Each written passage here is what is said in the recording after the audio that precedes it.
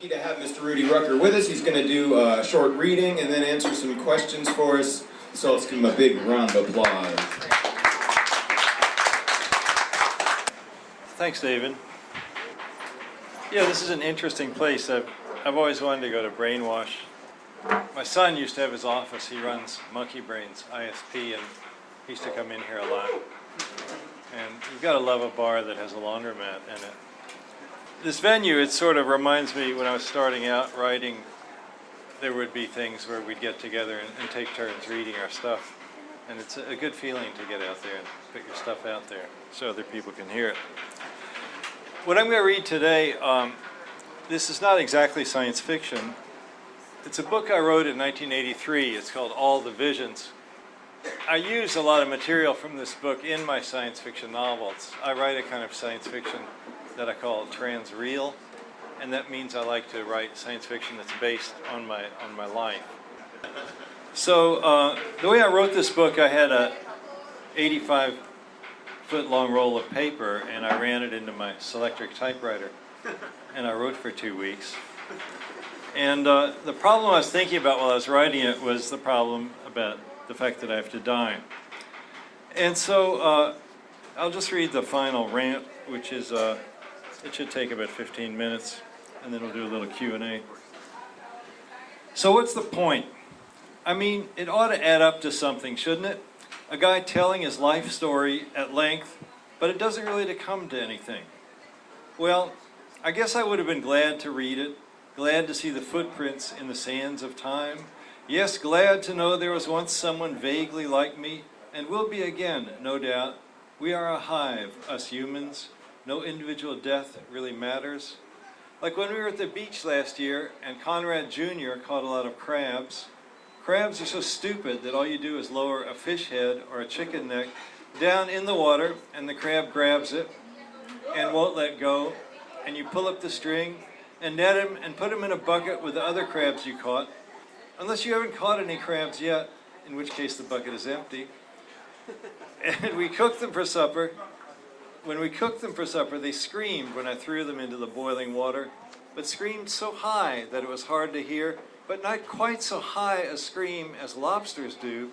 We cooked the crabs for supper, and poor Conrad started crying, because you understand, these crabs and him had been out on the dock for several hours doing a number together, biped catching crustacean, and now the poor crabs were dead. But the consoling factor was that, after all, there are still a whole lot more crabs in the ocean. The race of crab not one whit diminished by these individual deaths. No man is an island, if you think of it the right way. No man is an island means that, in fact, an individual death doesn't matter. It's the whole thing, the gestalt, that matters.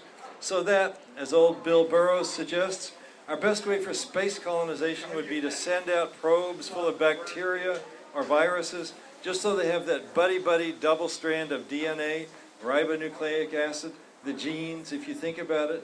The genes are sitting down deep in us. We are, in fact, big space probes for the genes. We are meat robots that the genes build in order to reproduce themselves. The other form of immortality being, software backups. But the final is the realization that even these stabs at immortality are relative. Try like 10 to the 30th years from now, man, when most of the protons have broken down, or 10 to the 100th years away. And really, if you think about it, what the fuck difference would it make if the world lasted forever? And would it even matter if you yourself didn't have to die? Oh, it would get too old. But still, something in one's soul does kind of leap up at the thought of immortality. But it's a con. We have to learn not to fall for it, not to get sucked in, because mortality is an essential part of the human condition.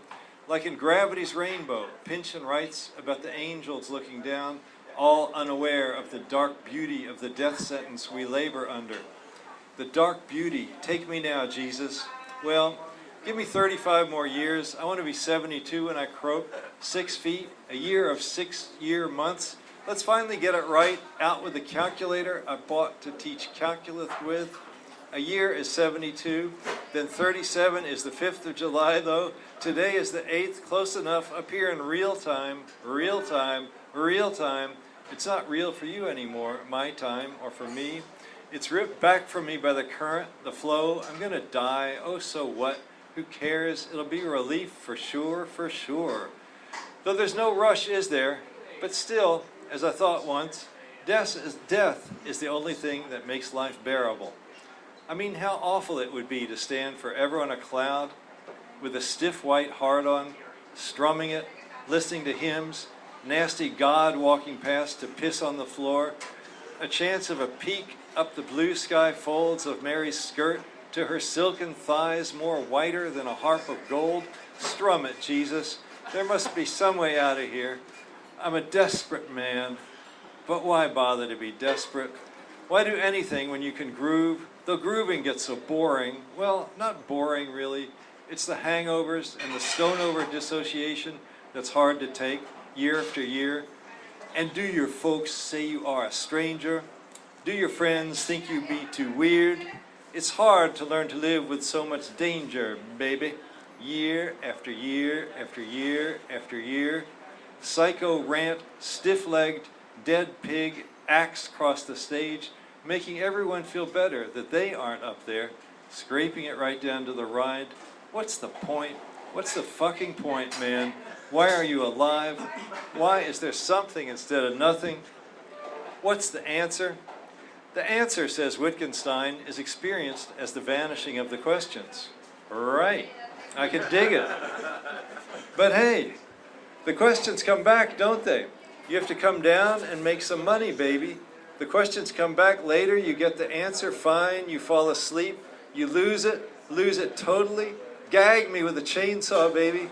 Lose it totally and then start scratching your head, showering lice eggs across the schizo scenario and wondering why be working so hard just to get a stiff dick soft, get a stomach full, horrible animal functions, the way that if you really, really have to take a shit, you can't think of anything else, just kind of crab scuttle around, do the limbo under the pay toilet door, find a guy already in there, flub gub a geep, go on outside and lay your load upon the road when toilets weren't invented.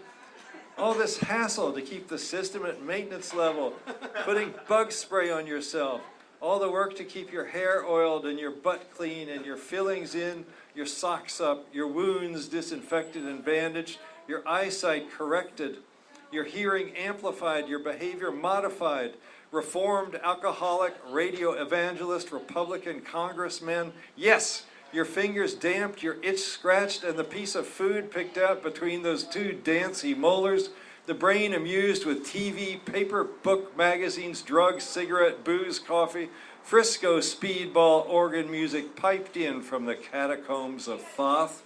The frisson, my dear.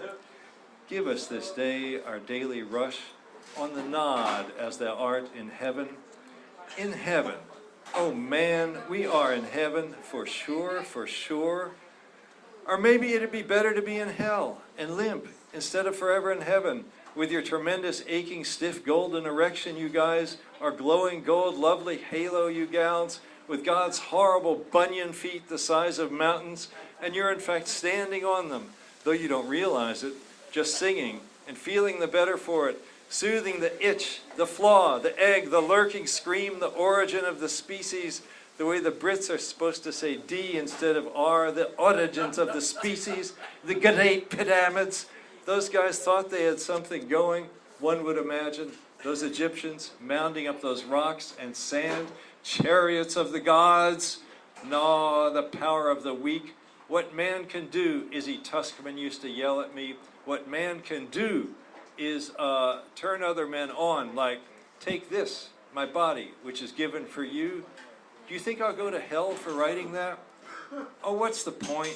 Can't somebody tell me, please? Not that I'd listen. I've got it all figured out, I tell you. I know the answer, and it's sometimes I feel so happy. Sometimes I feel so blue. I mean, surf it, bro. Hang 10, ho dad. Slide in and out of the reckless wash of snit bubbles, each a galaxy in itself. And what can we ever know of the fish who swim below? Just be there. Why? Just do this, do that.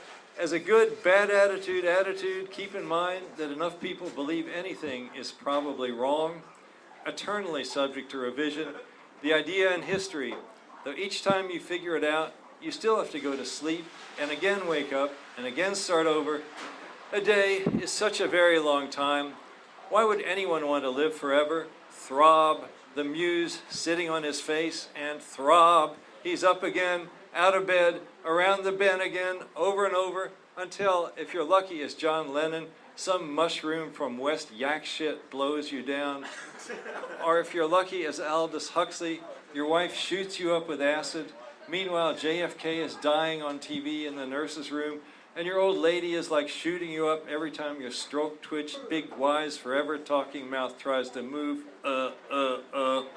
Yes, dear, take another hit of chemicals and fucking die, man, and shut up.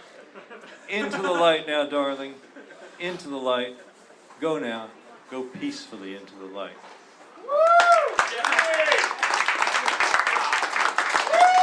Good stuff. Man, that was good. Thanks for showing us the way.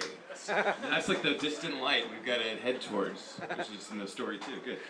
Okay, real simple questions. First one. Why science fiction? Why transreal? Did you choose that as your genre to be an artist in, or did it choose you? Well, I realized fairly early that I did want to be a writer. I really admired the beatniks in high school. I mean, Jack Kerouac, William Burroughs, Allen Ginsberg, they were my main men. And then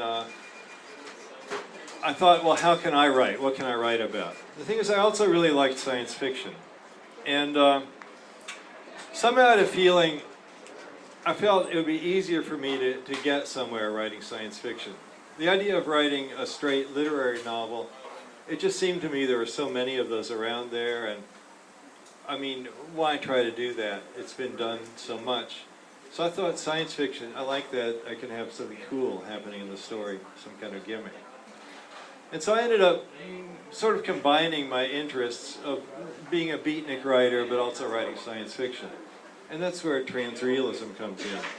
Because if you dig transrealism, the idea behind it, I wrote a thing called the Transrealist Manifesto quite a long time ago, around 1982.